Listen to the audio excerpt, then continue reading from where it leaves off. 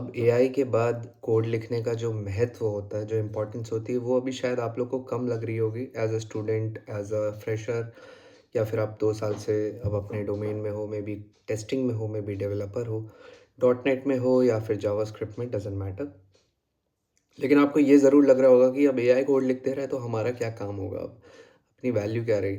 तो मैं यहाँ पे आपको बता दूँ कि एक रोड मैप है, जिसको अगर आप लोग फॉलो करते हो, it will make you a kind of an architect who will be able to orchestrate multiple agents to work for you. Basically, AI के आने के बाद आपका by default promotion हो चुका है. Now the code, writing the code part is delegated to that AI, and now you are the one who is going to tell it कि क्या लिखना है कोड में. और ये आसान काम नहीं है. अभी तक जो टास्क ये था कि क्या लिखना है कोड में, वो भी आपके पास ही था, और कोड लिखने का भी पार्ट आपके पास ही था। दोनों काम आपके हाथ में थे।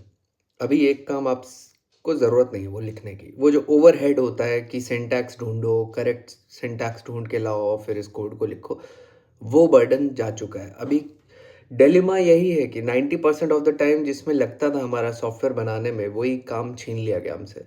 बट हम लोग ये भूल रहे हैं कि जो 10% टाइम लगता था हमें, जो बहुत ज़्यादा इंपॉर्टेंट पार्ट होता था कोड लिखने का, वो ये था कि डिसाइड करना कि तुम लिखोगे क्या, कहाँ लिखोगे, कौन सी फाइल में लिखोगे और किस वे में लिखोगे।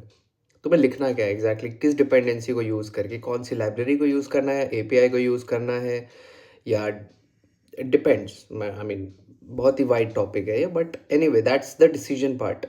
अब आपका 90% of the task is decision part, और जो 10% पार्ट रह गया वो शायद थोड़ा सा कोड इधर उधर कॉपी पेस्ट करने में, मे बी कोड जो एआई ने लिखा है मे बी उसको करेक्ट करने में, मे बी थोड़ा सा मॉडिफाई करने में। बट आई डोंट नो, आप शायद पूरा 100% कोड लिखवाते हो, मे बी आप 90% कोड लिखवाते हो, सबका अपना अपना होता है। मैं तो थोड़ा 100% तक ही रखता हूँ।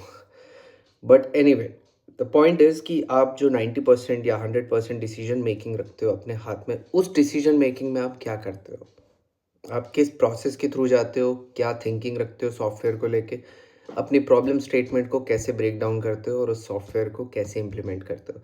ये सारा जो प्रोसेस होता है, ये मैं एक बहुत जल्दी रोड मैप में लाने वाला हूँ।